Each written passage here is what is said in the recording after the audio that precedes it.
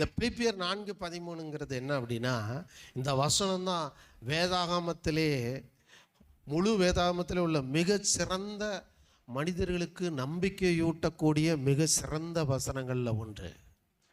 இந்த ஹோல் பைபிளில் மனிதனுக்கு நம்பிக்கை கொடுக்கக்கூடிய மிக சிறப்பான ஒரு வசனம் எதுன்னா அது பிலிப்பியர் 4:13 தான். அப்போஸ்தலனாகிய பவுல் இந்த பிலிப்பியர் நிருபத்தை எழுதினார். அவர் சொகுசான ஒரு மாளிகையிலிருந்து எழுதலை, ஒரு ரோம சிறைச்சாலையில் சங்கிலிகளால் கட்டப்பட்டு 60 அடி ஆழ குழியில் இருக்கும்போது, நைட்டா பகலான்னு தெரியாது, அப்படிப்பட்ட ஒரு இருளில் இருக்கும்போது அந்த பிலிப்பியர் நிருபத்தை எழுதுகிறாரு. அப்படி இருக்கிற சூழ்நிலையில் தான் அவர் சொல்கிறாரு, ஒரு வெற்றி வாழ்க்கையை வாழ்ந்த கிறிஸ்தவனை போல பேசுகிறாரு. எந்த சூழ்நிலையிலும் அவர் எனக்கு பலன் கொடுப்பார் அப்படிங்கிற அந்த விசுவாசத்தோடு எழுதுகிறாரு.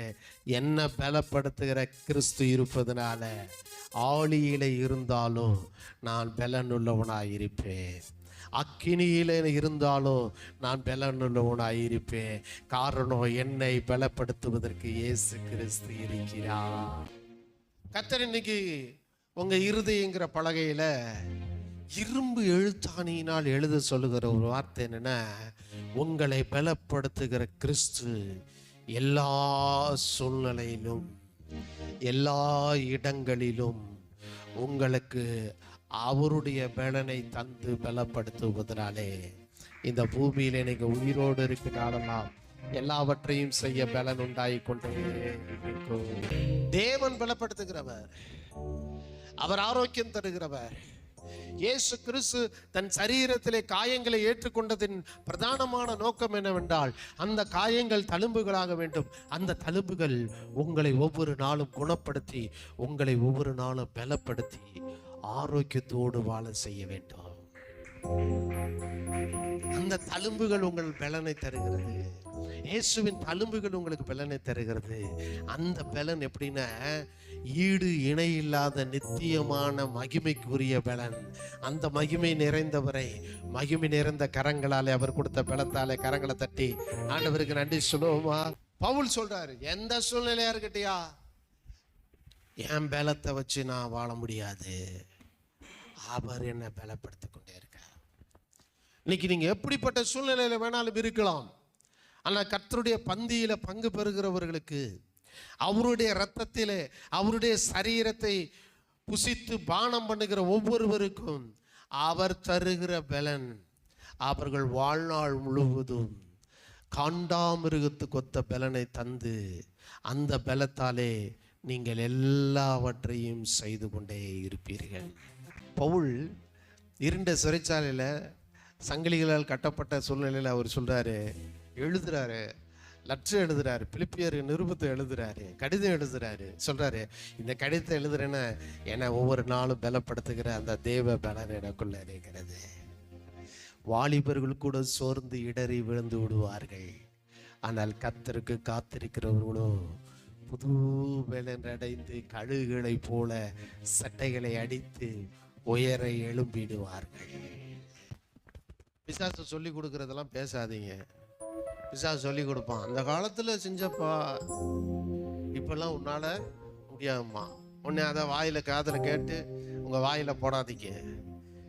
தேவனுடைய வார்த்தையை காதுல கேட்டிருக்கீங்க, அதை வாயில போடுங்க. என்னை பலப்படுத்துகிற இயேசு கிறிஸ்துவினாலே. வாலிபத்தில் செய்ததை காட்டில் இந்த முதிர் வயதில் தான் இன்னும் பசுமையும் புஷ்டியுமாயிருந்து இன்னும் அதை விட பெரிய காரியங்களை நீங்கள் செய்யும்படி இயேசு கிறிஸ்து உங்களை பலப்படுத்துகிறார். பிசாசு காதுல போடுறதெல்லாம் வாங்காதீங்க. உனக்கு 52 வயசாச்சு, உனக்கு 72 வயசாயிடுச்சு, அதை அவன் காதுல போட்ட உடனே வாங்கி மனசுக்குள்ள வச்சுக்கிட்டு யார் எல்லார்ட்டையும் போய் உளராதீங்க. வாயில அதை சொல்லாதீங்க, ஆமா எனக்கு இத்தனை வயசாயிடுச்சு, எனக்கு இப்படி ஆயிடுச்சு சொல்லாதீங்க. கர்த்தருடைய வார்த்தை இன்னைக்கு காதுல போட்டிருக்காரு. பிலிப்பியர் 4:13 காதுல போட்டிருக்காரு.